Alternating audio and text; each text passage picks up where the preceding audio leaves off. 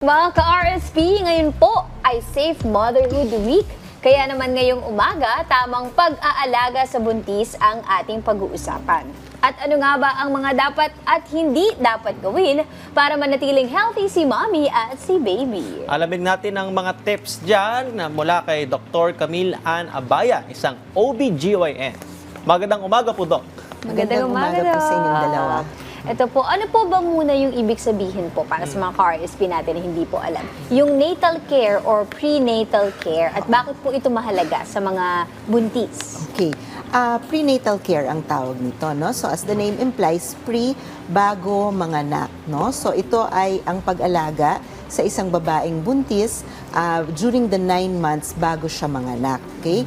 Importante ito para mapanatili yung kalusugan ng ina bago siya mapanganak, no? So bago siya manganak. So meaning chine-check natin dito yung kalagayan ng bata, yung weight gain ng nanay, yung blood pressure and everything else, no? So, yun ang ibig sabihin ng prenatal care. Ito nga, Doc, kailan dapat magsimula ang regular na prenatal check-up at gaano ito kadalas na dapat pong gawin? Okay, magandang tanong yan, no? So, base sa World Health Organization, ang sinasabi nila dati ay at least 4 to 5 check-ups sa buong 9 months, no? Pero sa ngayon, hindi na to masyadong sinusunod. Ang gusto nila ay mas marami, tulad ng mga 11 to 15 check-ups. So, usually, Dami na. ang unang check-up ay before 12 weeks or bago yung 3 buwan, no? After that, buwan-buwan ang pa-check-up hanggang umabot sa mga 7 months. Pag umabot na tayo sa 7 months, every 2 weeks na tayo magpapacheck. Mas madalas. Tapos, syempre, pagkabuwanan na, every week na ang pa-check. So, pagka binilang natin yon, more or less 11 to 15 times yon. Kasi parang, Doc, may mga instances na after ilang buwan, biglang parang wala na yung heartbeat yung baby. Tama. Kaya mas maganda nga talaga regular check-up para mabantayan or ma-anticipate kung may magiging problema or hindi. Ano po ba yung mga pagsusuri or test po na kailangan po na isinasagawa sa mga prenatal visits and paano po ito makakatulong kay baby? Okay, so maraming mga test. Ang pinakamadami ay dun sa umpisa, dun sa first check-up, no? So sa first check-up, may ultrasound tayo, syempre para makumpirma na buntis talaga, malaman kung may tibok ng puso or buhay ang bata. At of course, para malaman din kung narinig nyo na yung ectopic pregnancy or yung pagbubuntis sa labas, yun din ang gusto nating malaman kung ang pagbubuntis ay nasa loob ng matres or nasa labas. Aside from that, may mga blood tests sa dugo, no, sa ihi. So yun ang mga basic tests. After that, mga 5 to 6 months, may iba pang ultrasound, may blood test pa ulit for diabetes, etc. So, and then on the final, magpapa-final urinalysis and CBC tayo. Ayun. So, yun yung mga basic tests. Ito, Doc, doon naman tayo sa common myth. Totoo bang merong, yun nga, yung paglilihi, di ba? Sabi nga, usually, maasim na mangga. Mangga. Oo.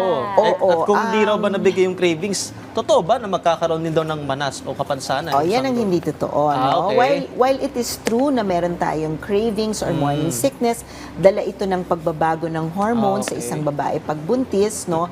Ito yung naduduwal ka, medyo nahihilo, yung panlasa mo medyo iba. Kaya may cravings ka, no? So hindi mo gusto yung mga typical na gusto mo dati, mas malasa sa iyo yung maasim o yung mga strong tastes, no? Yun yung parang mas gusto. So, dala ito ng pagbabago ng hormones, no? Pero walang katotohanan na kung hindi mapagbigyan ay magmamanas and all this. Hindi po yun totoo.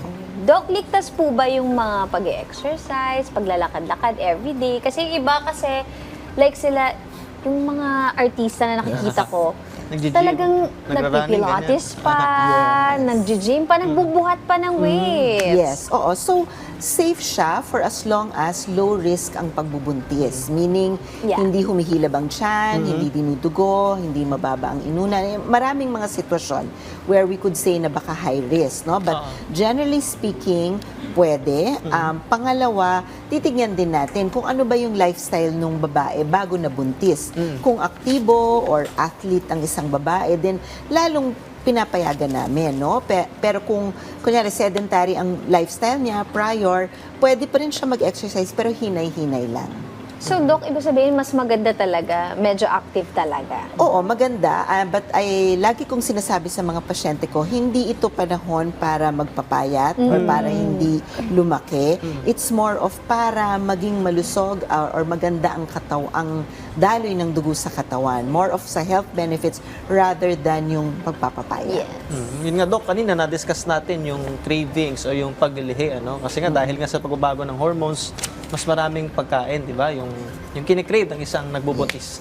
Yun, may mga dapat bang pagkain or inumin na dapat pong iwasan yung isa pong nagbubuntis? So generally, yung gusto natin, yung mga healthy na pagkain, no?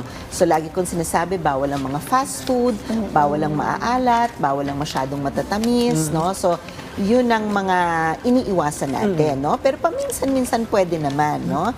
So if you eat generally healthy, then magiging okay ang pagbubuntis. Ayun. Basta healthy. Oo. So, fruits, veggies. Yes, and then Yan. iwasan yung mga fast Mangga, food. pwede, fruits eh. Ayan, okay. Maraming salamat po, Doc. At sana po, syempre yung mga ka-RSP natin, especially dun sa mga buntis ngayon, sana may mga natutunan po kayo kay Doc. Ayun, maraming Oo. salamat, Doc. Kami. Tsaka sa mga tatay, ano, alagaan natin ng tama. Yes. Oo, Yung kailangan para nagbubuntis na team asawa kasi or kayo partner. eh. Oo.